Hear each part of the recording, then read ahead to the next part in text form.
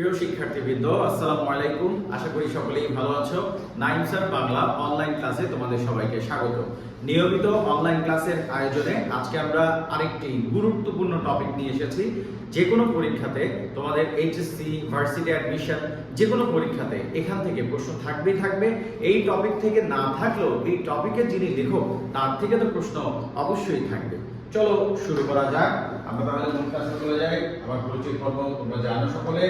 তাহলে হচ্ছে আজকে আমরা যেটা করতে যাচ্ছি সেটা হচ্ছে কি সোনার তরী, রবীন্দ্রনাথ ঠাকুরের একটি অমর সাহিত্য, অমর কবিতা।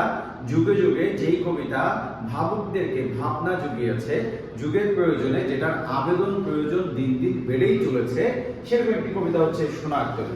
তো এই দেখো, এখানে একটা আমরা প্রেক্ষাপট দেখতে পাচ্ছি, তাই না? এখানে একটা চিত্র দেখা যাচ্ছে যে একটা গ্রাম, হ্যাঁ, এটা হচ্ছে একটা দ্বীপ, একটা দ্বীপে দেখা যাচ্ছে আমরা দেখতে পাচ্ছি একজন কৃষক তার ধানগুলো নিয়ে, সে তার ফসলগুলো নিয়ে সে দাঁড়িয়ে আছে। আমরা এখানে একজন মাঝিকে দেখতে পাচ্ছি, তারপর হচ্ছে মাঝি সে তার তরী বেয়ে আসছে এবং কৃষকের দৃষ্টি হচ্ছে ওই মাঝির দিকে, ঠিক আছে? তারপর দেখা যাচ্ছে কি আমরা এখানে দেখতে পাচ্ছি যে একটা গ্রামীণ দৃশ্য, বর্ষার ঘনঘোর বর্ষা, আর এখানে হচ্ছে যে একেবারে কালো মেঘে ঢাকা পুরো গ্রামটা, তাই না? এই হচ্ছে দৃশ্য। আসলে এখানে আমরা কবিতায় আমরা এইগুলোই দেখবো, কবি এগুলো নিয়েই বলছেন, এগুলো নিয়ে কথা বলি। কৃষক, মাঝি, নদী, বাঁকা জল, স্রোত, ধান, তারপরে হচ্ছে এই দৃশ্য, এগুলো নিয়েই আসলে কবি কথা বলছেন। কিন্তু আসলে তিনি এগুলো বলতে চাচ্ছেন না, আসলে তিনি এই বিষয়গুলো নিয়ে বলতে চাচ্ছেন না। ব্যাপারটা কেমন? এটাকে বলা হয় রূপক আশ্রয়ী। এটা হচ্ছে একটা, এই সোনার তরী হচ্ছে একটা রূপক আশ্রয়ী কবিতা। এখন রূপক বিষয়টা কিরকম আমি যদি একটু ফান করে বলি, যেমন মনে করো যে আমাদেরকে বন্ধুরা যখন ধরো আমাদের জন্মদিন আসে, তো বন্ধু বলে যে বন্ধু তোকে কিন্তু আমাকে কিন্তু তোমার ট্রিট দিতে হবে। তখন তুমি বললা কি দিব, তোকে কচু দিব। এখন কচু দেওয়া মানে কি আসলে তার হাতে একটা কচু তুলে দেওয়া? তাকে বাজারে নিয়ে গিয়ে তুমি কচু কিনে দিবে না। মানে কচু দিব মানে হচ্ছে আমি আসলে তোমাকে কিছুই দিব না। এগুলো হচ্ছে রূপক আশ্রয়ী কথাবার্তা। যেমন আমরা যদি আরো একটা এক্সাম্পল দিই, যেমন লালন ফকিরের একটা গান আছে, বিখ্যাত গান, খাঁচার ভেতরে অচিন পাখি কেমনে আসে যায়, তাই না? এখানে খাঁচাটা কি? এখানে আসলে কি তিনি খাঁচার পাখির কথাই বলেছেন? না, তিনি খাঁচা মানে হচ্ছে আমাদের দেহ, আর পাখি মানে হচ্ছে আমাদের আত্মা।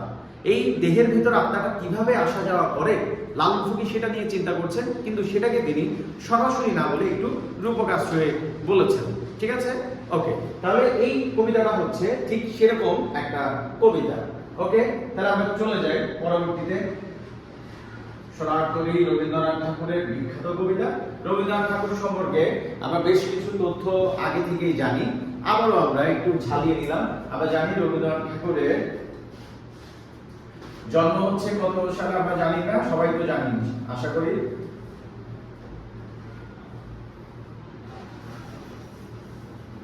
আমরা জানি রবীন্দ্রনাথ ঠাকুরের জন্ম হলো 1861 সালে, মৃত্যু হলো 1941 সালে, ইংরেজিতে 7ই মে, হ্যাঁ, তারপর হচ্ছে 7ই আগস্ট, 7ই মে 7ই আগস্ট, এটা হচ্ছে ইংরেজি। বাংলাটা ছিল কত? 1268 হচ্ছে তোমার 1268, এদিকে হচ্ছে 25শে বৈশাখ, আর হচ্ছে 1348 22শে শ্রাবণ, ঠিক আছে না? এটা কিন্তু খুব সহজ। এটা আমি যখন অপরিচিত বলেছি তখন আমি এই কৌশলটা দেখিয়েছি কিভাবে আমরা মনে রাখবো, তো সেটা আর আজকে আলোচনা করলাম না। হ্যাঁ, এখন আমরা যাচ্ছি যে তার যে বিখ্যাত কাব্যগুলো আছে, আমরা যেহেতু কবিতা বলছি, তার বিখ্যাত কাব্যগুলো আমরা একটু জানার চেষ্টা করব। তার বিখ্যাত কাব্যগুলো নিয়েছি, আমরা জানি যে 1913 সালে তিনি নোবেল পেয়েছেন। কিসের জন্য? তিনি হচ্ছেন যে গীতাঞ্জলির জন্য নোবেল পেয়েছেন, এটা আমরা সকলেই জানি, এশিয়ার মধ্যে প্রথম। আর তার লেখার মূল সুর হচ্ছে মানব প্রেম। মানব প্রেম হচ্ছে তার কবিতার মূল সুর, মানব প্রেম এবং সুন্দরের মানে সৌন্দর্য, বলা যায় সুন্দরের পূজা করেন তিনি, সুন্দরকে ভালোবাসেন এবং মানব প্রেম করেন। এটাই হচ্ছে মূলত মানব প্রেমের বিশ্বজয়, এটাই হচ্ছে তার কবিতার মূল সুর।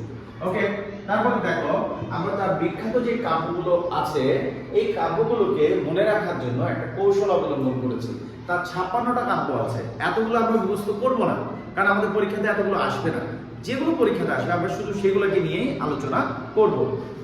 এখানে একটা লাইন লিখেছি, লাইনে কি বলা হচ্ছে যে বালক পুনরায় ক্ষণিকের কল্পনায় মানুষকে নিয়ে শ্যামলী বাস থেকে নেমে মহুয়া দিয়ে তরিতে উঠে জন্মদিনের শেষ চিত্র এঁকে গীত গাইল। ঠিক আছে, এটা একটা বালকের ভাবনা, কল্পনাতে, বাস্তবে না, কারণ বাস্তবে সে তার ধারে কাছেও যেতে পারে না, এই জন্য সেই কল্পনাতেই বারবার ভাবে। ঠিক আছে, তো কি বললো, বালক, এটা তোমার মুখস্থ করে ফেলবে, বালক পুনরায় ক্ষণিকের কল্পনায় মানুষকে নিয়ে শ্যামলী বাস থেকে নেমে মহুয়া দিয়ে তরিতে উঠে জন্মদিনের শেষ চিত্র এঁকে গীত গাইল। তাহলে এইগুলো থেকে আমাদের কাব্যগুলো বের হবে। তো চলো, এগুলোর মানে কি?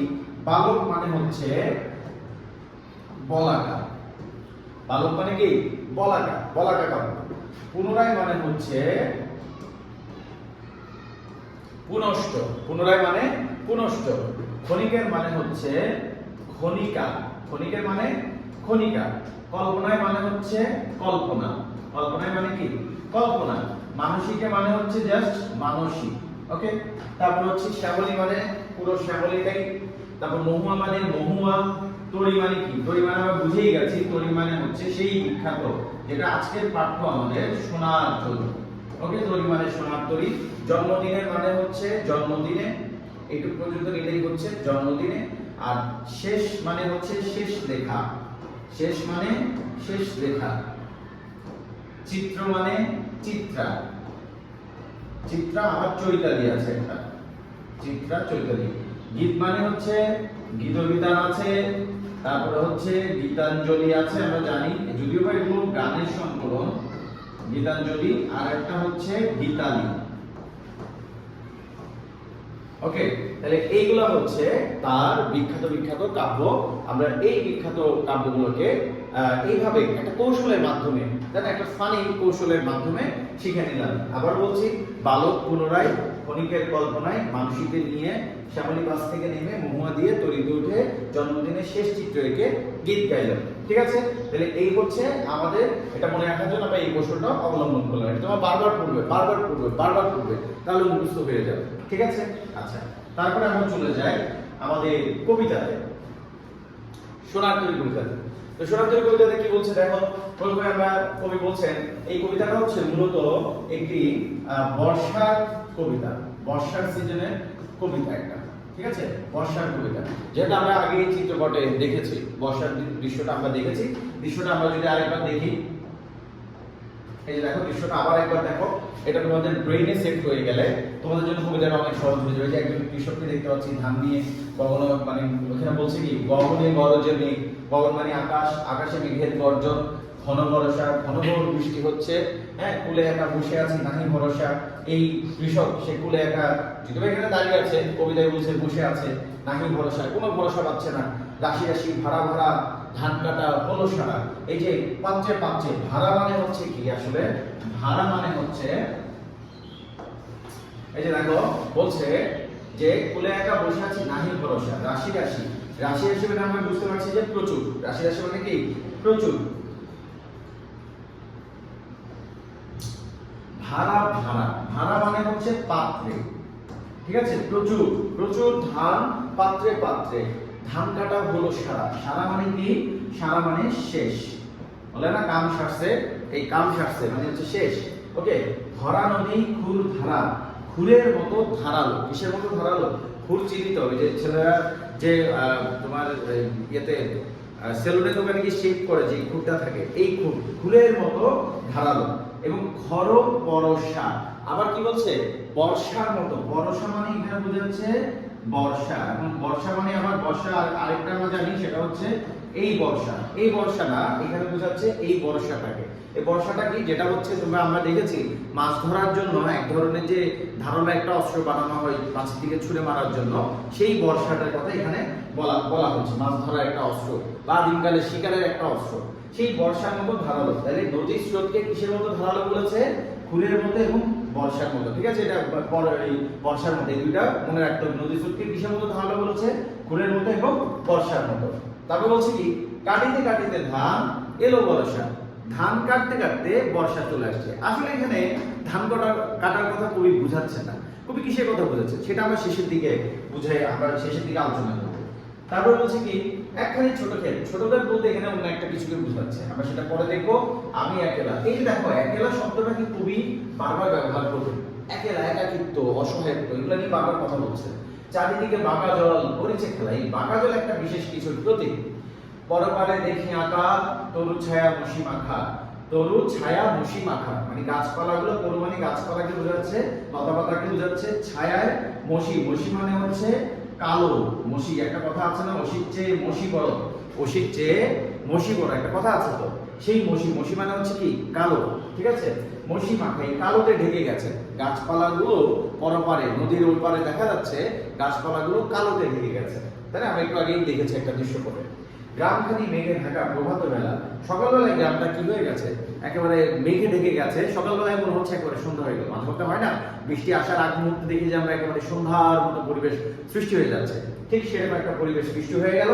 এই পাড়াতে ছোট ক্ষেত, আমি একেলা। আবারও কবি এই একেলার কথা বুঝাচ্ছেন। এখানে একেলা মানে কি, কবি সিঙ্গেল, বারবার সিঙ্গেল স্ট্যাটাস দিচ্ছেন আমাদেরকে না, কবি সিঙ্গেল সেটা বোঝাতে চাচ্ছেন, এখানে অন্য একটা বিষয়কে বোঝাতে চাচ্ছেন, ঠিক আছে। এই পাড়াতে ছোট ক্ষেত, আমি একেলা। তারপর বলছে কি, গান গেয়ে তরিবে কে আসে পারে। এইখান থেকে মিস্ট্রি শুরু, এইখান থেকে রহস্য শুরু, কবিতার রহস্য এখান থেকে শুরু হচ্ছে। কিভাবে রহস্য হচ্ছে দেখো, বলছে গান গেয়ে তরিবে কে আসে পারে, মানে ওই যে কৃষক সে কিন্তু ব্যাপক টেনশনে আছে, ব্যাপক দুশ্চিন্তায় আছে। কেন?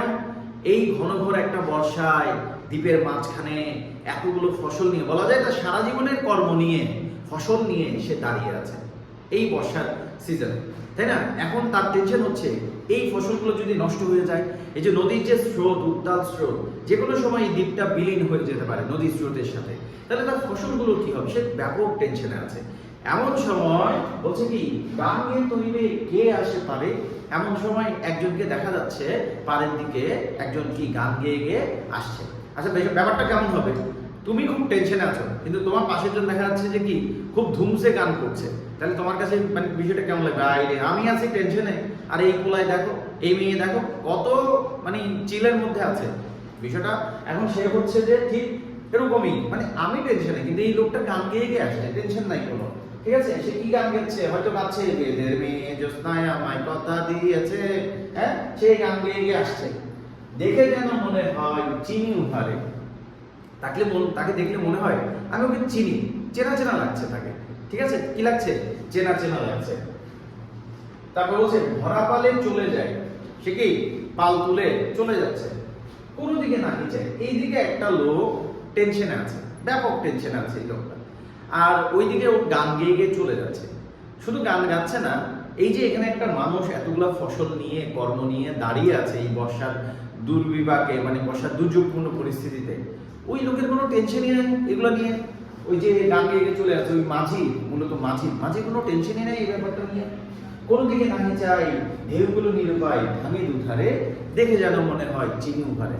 আচ্ছা ব্যাপারটা একটু খেয়াল করো, এই মাঝি তাকে পাত্তাই দিচ্ছে না, সে চলে যাচ্ছে, আর ওই কৃষক বলছে আমি ওনাকে চিনি, আমার চেনা চেনা মনে হচ্ছে। তো চেনা চেনা মনে হলো তাকে পাত্তা দেওয়ার কথা, কিন্তু তাকে পাত্তা দিচ্ছে না। কেন চেনা চেনা মনে হচ্ছে, আর ওই মাঝি বা কেন পাত্তা দিচ্ছে না, ঠিক আছে না? বিষয়টা একটা রহস্য আছে না, আমরা সেই রহস্যটা উন্মোচন করবো, শেষ পর্যন্ত যেতে হবে আমাদেরকে।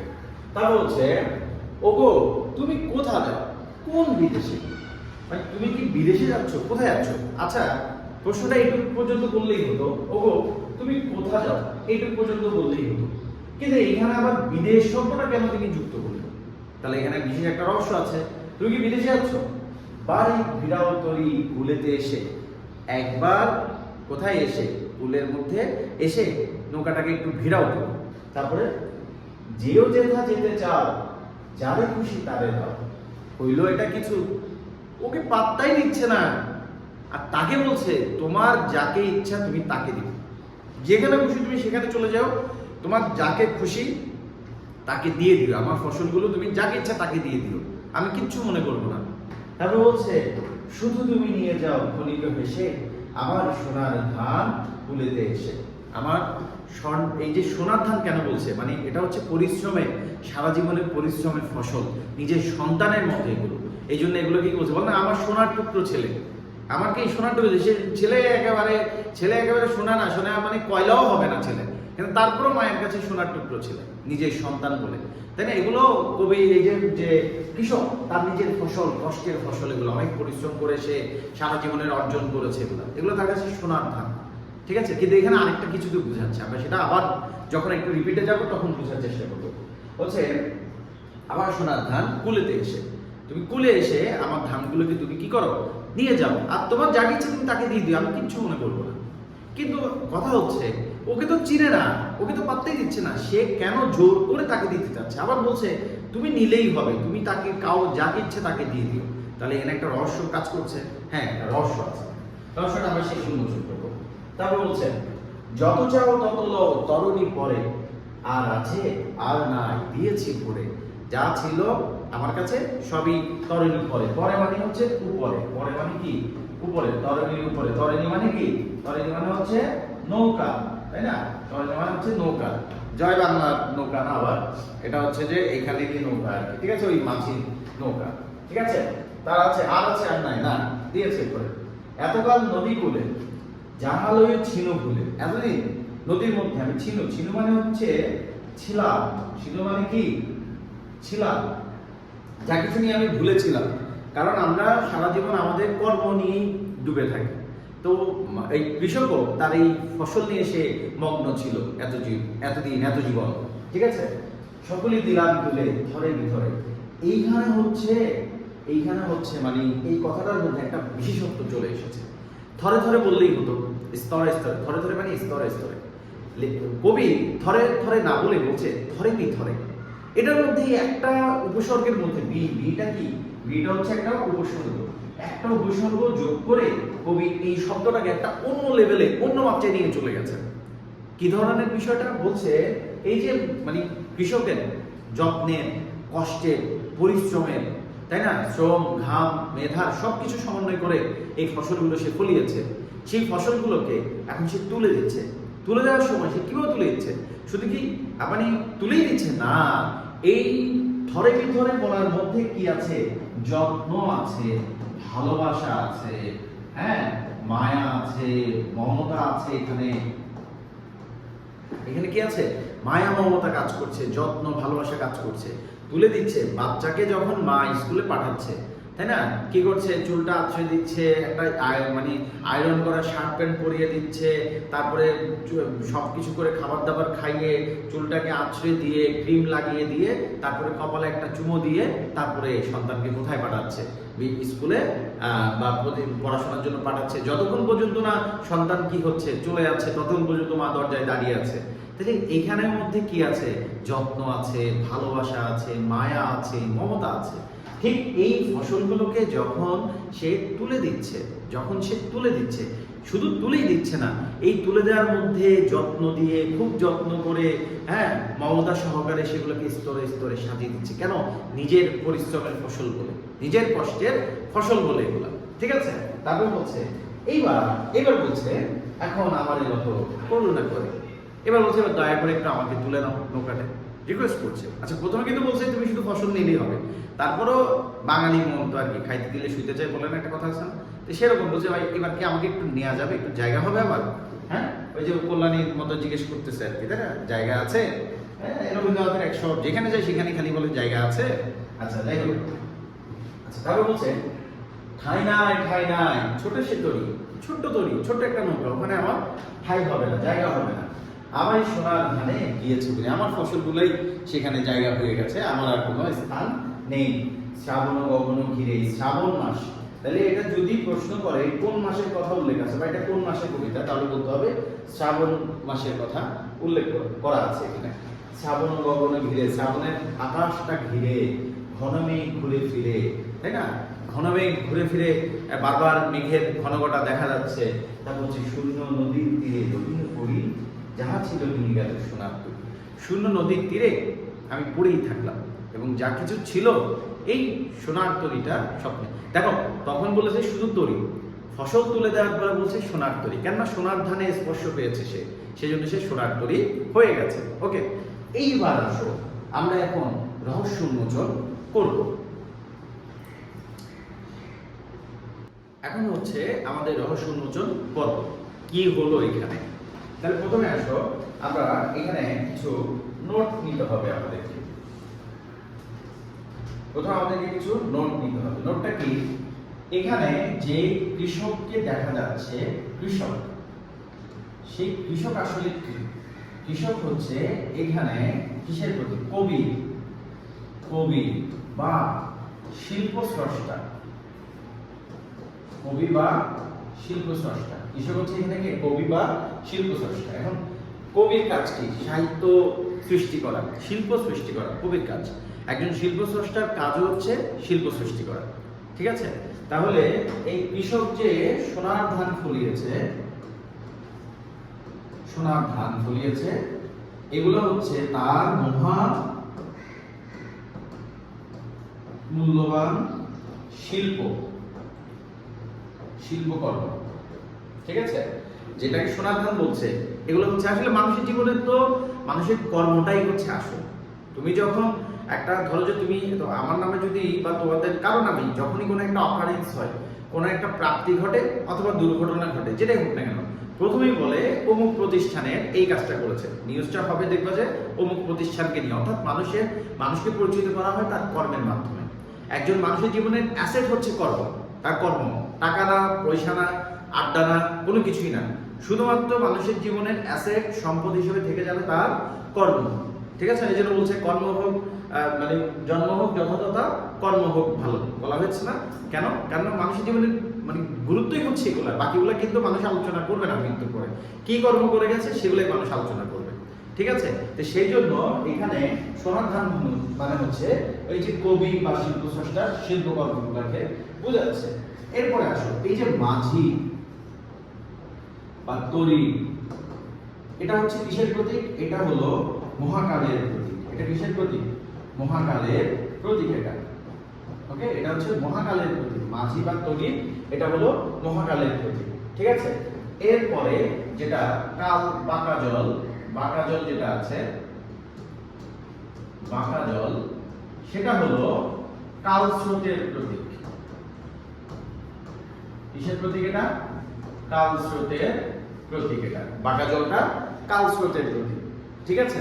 আচ্ছা, তাহলে মোটামুটি এই যে মানে এই জিনিসগুলো যদি তুমি বুঝে নাও, এই জিনিসগুলো যদি বুঝতে পারো, তাহলে এখন কবিতাটা সহজ হয়ে যাবে। ঠিক আছে? তো প্রথমে আমরা আবার শুরু থেকে এবার কবিতাটা দেখি। কেমন? ভবনে গরজবে ঘন বর্ষা, একটা ঘন ঘোর একটা পরিস্থিতি, দুর্যোগপূর্ণ একটা আবহাওয়া, দুর্যোগপূর্ণ একটা সময়কে বোঝাচ্ছে। ফুলে একা বসে আছে, এই যে এখানে বলছে একা বসে আছে। এই একাটা কি আসলে? একা, একেলা বা একা, এখানে যে বারবার বলেছে একা, এটা হচ্ছে মানুষের আসলে অসহায়ত্ব। মানুষের কি? অসহায়ত্ব। মানুষকে তার কর্মভার, কর্ম কিন্তু একা একাই করতে হয়, তাই না? তুমি আনন্দ বন্টন করো, সবাই তোমার সাথে আসবে আনন্দ শেয়ার করার জন্য, কিন্তু কর্ম তোমাকে নিজেকেই করতে হবে, নিজের কর্ম নিজেকেই করতে হবে। ঠিক আছে? এই জন্য বারবার বলছে আমি একা, একেলা। ঠিক আছে? আচ্ছা, বলছে যে একা বসে আছি, নাহি ভরসা, কোনো ভরসা পাওয়া যাচ্ছে না, কারণ জীবনে কোনো ভরসা আসলে নাই। রাশি রাশি ভাড়া ভাড়া ধান কাটা হলো সারা, ভরা নদী খুব ধারা খর ভরসা। ঠিক আছে? এই যে ধারালো সময়, একটা উত্তাল একটা সময়ের মধ্যে আছে।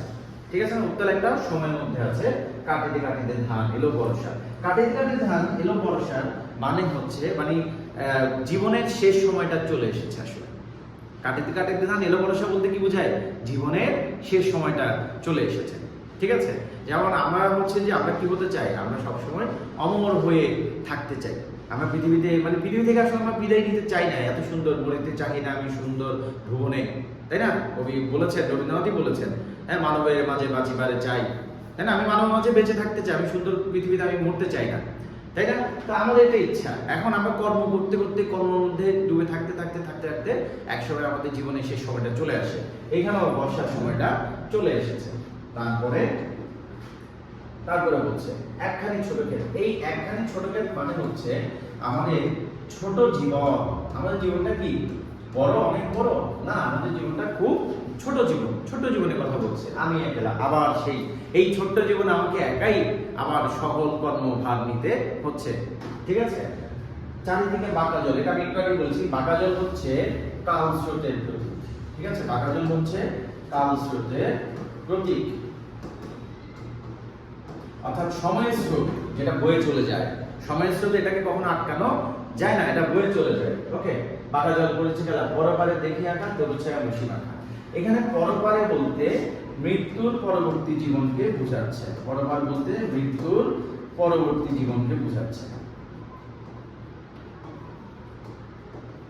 জীবনকে বুঝায় পরপার বলতে। ঠিক আছে, পরপারে দেখে আঁকা। মৃত্যু পরবর্তী জীবনটা কেমন? ঘন ঘোর অন্ধকার। মৃত্যু পরবর্তী জীবনে আর কিছু নেই, এখানে আর করার কিছু নেই মৃত্যু পরবর্তী জীবন, তাই না? পরপারে দেখে আঁকা তরু ছায়া মুসি মাখা, গ্রামখানি মেঘে ঢাকা প্রভাত বেলা, এ পাড়াতে ছোট ক্ষেত আমি একলা। আবারও সেই একলার কথাটা বলেছে, ছোট্ট জীবন, আমাকে একাই আমার কর্মঘাটটা বয়ে নিয়ে যেতে হচ্ছে। ঠিক আছে, আচ্ছা তারপরে কি বলছে দেখো, গান গেয়ে তরিবে কে আসে পারে, এমন সময় একজন আসছে। এটা কে আসছে? এটা হচ্ছে মাঝি, সেই মাঝি, এবং যে হচ্ছে মহাকাল, যে হচ্ছে কি আসলে মহাকাল। এখন বলতে পারো স্যার যে স্যার মহাকাল এটার মানে কি? মহাকালের মানে কি? মহাকালের মানে কি? দেখো, পৃথিবী শুরু থেকে শেষ পর্যন্ত যে সমগ্র সময়, এই সমগ্র সময়কে একক হিসেবে আমরা সেটাকে মহাকাল বলে। ঠিক আছে, সমগ্র সময়টাকে আমি যদি এক হিসেবে করি তাহলে মহাকাল হিসেবে ধরা হচ্ছে। এই মহাকালের কিছু বৈশিষ্ট্য আছে, সেই বৈশিষ্ট্যগুলো আমি এখানে নোট করে দিয়েছি তোমাদের সুবিধার্থে। এই যে দেখো, মহাকালের বৈশিষ্ট্য কি? দেখো, মহাকাল হচ্ছে নির্মোহ নিরাসক্ত। আমরা যখন দেখেছি গান গেয়ে তরিবে কে আসে পারে, দেখে যেন মনে হয় চিনি উহারে। দেখে চেনা চেনা মনে হচ্ছে, কারণ এই মহাকালকে তো আমরা চিনি, সময়কে তো আমরা সবাই চিনি, তাই না? মানে পৃথিবীর সমগ্র সময়কে তো আমরা জানি, সময় সম্পর্কে। সে বলছে দেখে যেন মনে হয় চিনি উহারে, ভরা পালে চলে যায়, কোনো দিকে নাহি চায়। সে কিন্তু কারো দিকে তার দৃষ্টি নাই, সে নির্মোহ, তার কোনো মোহ নাই, সে নিরাসক্ত, তার কোনো কিছুর মধ্যে আসক্ত নেই, তার কাজই হচ্ছে শুধু বয়ে চলা। যার প্রয়োজন সে চায় কি তাকে ব্যবহার করতে, সে চায় তার কাছে আশ্রয় পেতে, যার প্রয়োজন, তাই না? যে একজন মনীষী বলেছিলেন, আমাদেরকে যদি বড় হতে হয় তাহলে সময়ের মূল্য দিতে হবে, আমাদেরকে সময়কে গুরুত্ব দিতে হবে। মানে সময় এত পাওয়ারফুল, এত পাওয়ারফুল। ওই যে বলছে না, মানে বলছে if you waste your time, time will waste you. মানে তুমি যদি সময়কে নষ্ট করো তাহলে সময় একদিন তোমাকে নষ্ট করবে। ঠিক আছে না? এবার অন্য কোনো কিন্তু কাউকে পাত্তা দেওয়ার দরকারই নাই, প্রয়োজনই নাই। সময় কারো কাছে পাত্তা পাওয়ার দরকার নাই, কিন্তু সে নিজে যাবে, যার প্রয়োজন সে তার কাছে এসে রিকোয়েস্ট করবে। ঠিক আছে না? আমাকে একটু মানে আমি যেন একটু সময়টাকে ব্যবহার করতে পারি। সময় রচনা আমরা করেছি, সময় গুরুত্ব রচনা আমরা করেছি। তাহলে সে হচ্ছে নির্মোহ নিরাসক্ত, কারোর প্রতি তার কোনো আসক্তি নেই, তার কাজে হচ্ছে চলে যাওয়া। তার কাছে মানুষের জাগতিক ব্যস্ততার কোনো গুরুত্ব নেই। এই যে মানে কৃষক তার ফসলগুলো নিয়ে দাঁড়িয়েছিল এই ঘন ঘন একটা পরিস্থিতি, সারা জীবন কত পরিশ্রম করে এই ফসলগুলো ফলিয়েছে, তাহলে ওই মাঝি কিন্তু তার সেটা কিন্তু কোনো পাত্তাই দেয় না, কোনো গুরুত্বই দিচ্ছে না মাঝি সেটাকে। কেন? তার কাছে এটা কোনো গুরুত্ব নেই, জাগতিক ব্যস্ততার কোনো গুরুত্ব তার কাছে নেই, জাগতিক ব্যস্ততার কোনো গুরুত্ব তার কাছে নেই। ঠিক আছে, ওকে। তাহলে ঠিক আছে, জাগতিক ব্যস্ততার কোনো গুরুত্ব তার কাছে নেই কিন্তু আসলে। হ্যাঁ, তাহলে যার কারণ ওই যে দেখো, কৃষক সে কিন্তু দাঁড়িয়েছিল তার ফসলগুলো নিয়ে, ব্যস্ত সময় সে পার করেছে, কিন্তু ওই যে মাঝি তাকে কি সেটা দেখেছে? মাঝি কিন্তু তার আপন মনে গান গেয়ে গিয়ে চলে যাচ্ছিল, তার কাছে এগুলোর কোনো গুরুত্ব নেই। ওকে, তা বলছি মানুষের অস্তিত্ব তার কাজ সাথে বিলীন হয়ে যায়। আমরা হচ্ছে একটা মানে সময় পর্যন্ত আমরা এখানে আছি, আমাদের সময় শেষ, আমাদের এই দেহ, আমাদের এই অস্তিত্ব পৃথিবী থেকে কি হয়ে যাবে? বিলীন হয়ে যাবে, তাই না? একটা সময় পর্যন্ত আমরা এখানে থাকার জন্য এসেছি, সেজন্য সময়ের সাথে সাথে আমরা কি হয়ে যাই? বিলীন হয়ে যায়। অপার নিরন্তর গতিতে সে ছুটে চলে, কোনো কিছুই এই গতিকে স্তব্ধ করতে পারে না।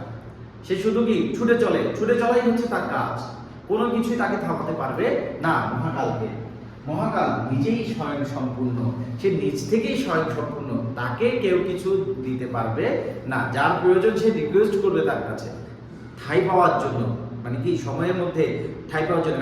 কারণ সময় যদি আমাকে স্মরণ রাখে তবেই আমি পৃথিবীতে অমর হয়ে থাকবো। আমি বেঁচে থাকবো না, কিন্তু আমার কর্মটা পৃথিবীতে অমর হয়ে থাকবে। যার কারণে আমাদের পূর্ববর্তী যারা বিখ্যাত ব্যক্তি আছে তাদেরকে মহাকাল রেখেছে, ধারণ করেছে, সেই জন্য আমরা পরবর্তী প্রজন্ম জানতে পারছি। ঠিক আমাকে যদি মহাকাল ধারণ করে স্মরণ রাখে, আমি যদি মহাকালের ঠাঁই পাই, তাহলে আমাকেও কি করবে? পরবর্তী প্রজন্ম আমাকেও কি রাখবে? স্মরণে রাখবে। পরবর্তী প্রজন্ম, এর পরের প্রজন্ম, আজ থেকে 1000 বছর আগের মানুষদের কথা আমরা বলছি না, বিখ্যাত মানুষদের কথা। কেন? তাদেরকে মহাকাল ধারণ করেছে, সময়টা তাদেরকে গ্রহণ করেছে, সেই জন্য আমরা তাদেরকে জানতে পারছি। ঠিক আছে, আচ্ছা, তাহলে এই হচ্ছে মহাকালের বৈশিষ্ট্য। ওকে,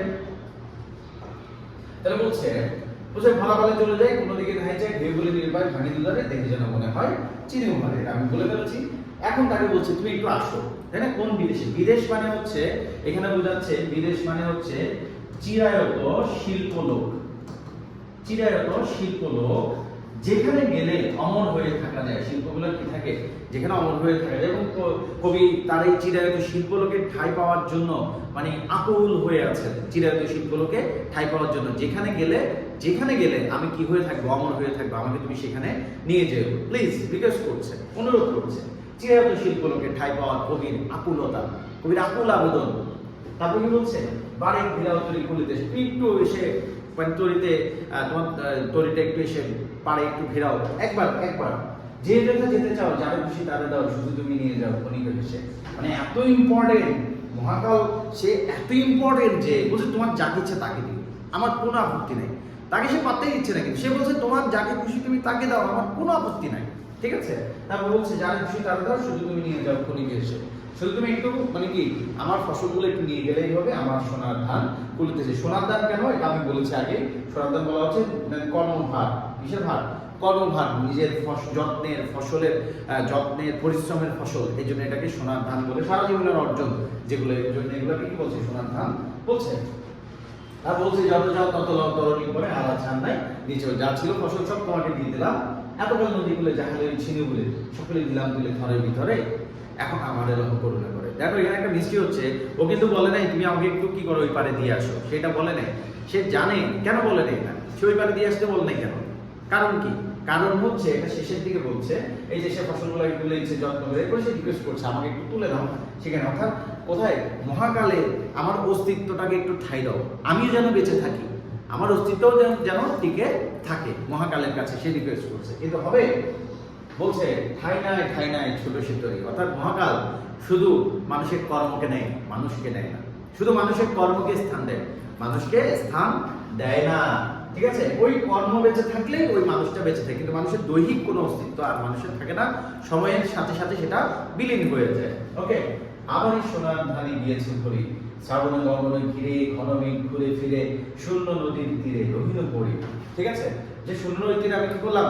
পড়েই থাকলাম। শূন্য নদীর পড়ে থাকা কেন এই পড়ে থাকা? সে তো বলতে পারতো আমাকে একটু, আচ্ছা ফসলগুলো তো নিয়েছো, আমাকে একটু ভাই কষ্ট করে তুমি ওই পাড়ে দিয়ে আসো, আমাকে ওই পাড়টাতে দিয়ে আসো। সে বলে না, সে কিন্তু তীরের মাঝখানে আছে, মানে দ্বীপের মাঝখানে আছে, তাই না? তো তাকে তো সে বলতে পারতো আমাকে একটু ওই পাড়ে নিয়ে দিয়ে আসো, নদীর পাড়ে নিয়ে দিয়ে আসো। সে কিন্তু সেটা বলে না। কেন না? কারণ অনিবার্য মৃত্যুর জন্য মানুষ কি করে? অপেক্ষা করে। অনিবার্য মৃত্যুর জন্য মানুষ কি করছে? অপেক্ষা করছে। সেই কবি বা শিল্পস্রষ্টা সে হচ্ছে যে অনিবার্য মৃত্যুর জন্য অপেক্ষা করছে সেখানে। এই জন্য সে বলে না আমাকে পাড়ে দিয়ে আসে, পাড়ে দিয়ে তো লাভ নাই আসলে, তাই না? আর সেখানে জায়গাও নেই, মহাকাল আমাকে জায়গাও দিচ্ছে না। কারণ কি? আমার পরিণতি হচ্ছে অনিবার্য মৃত্যু। সেজন্য বলছে শূন্য নদীর তীরে রহিল পড়ি, যাহা ছিল নিয়ে গেল সোনার। আমার যে কর্মগুলো ছিল, ফসলগুলো ছিল, সেগুলো কি করছে? এই তরিটা নিয়ে গেছে। প্রথম বলেছিল তরি, কিন্তু কর্মকে যখন তরিতে ঠাঁই দেওয়া হলো সেটা হয়ে গেল সোনার তরি। ঠিক আছে? তাহলে এই হচ্ছে আমাদের আজকের যে টপিক ছিল। ইনশাল্লাহ আর কোনো সমস্যা তোমাদের হবে না। এরপরেও যদি কোনো সমস্যা হয় অবশ্যই আমার সাথে যোগাযোগ করতে পারবে। তোমাদের সাথে আমি অলওয়েজ কানেক্টেড আছি, সবসময় কানেক্টেড আছি, আমার সাথে যোগাযোগ করতে পারবে। ঠিক আছে? তো আমরা এরপরে হচ্ছে সোনার তরির উপরে একটি কি দিব? পরীক্ষা দিব। সোনার তরির উপরে আমাদের একটা কি হবে? টেস্ট হবে, অনলাইন টেস্ট হবে। এবং অফলাইনে আমরা খুব শীঘ্রই আগামী ক্লাসে আমরা রিটেন পরীক্ষা শুরু করছি, সৃজনশীল পরীক্ষা শুরু করছি, তাই না? তোমাদেরকে আমরা নিয়মিত অনলাইনে পরীক্ষাগুলো নিতে থাকবো। ঠিক আছে? তারপরে এই বলে আজকে ক্লাস এইটুকু পর্যন্ত থাকলো। ধন্যবাদ সবাইকে। পরবর্তী ক্লাসে আমন্ত্রণ জানিয়ে আজকে এখানেই শেষ করছি। আসসালামু আলাইকুম।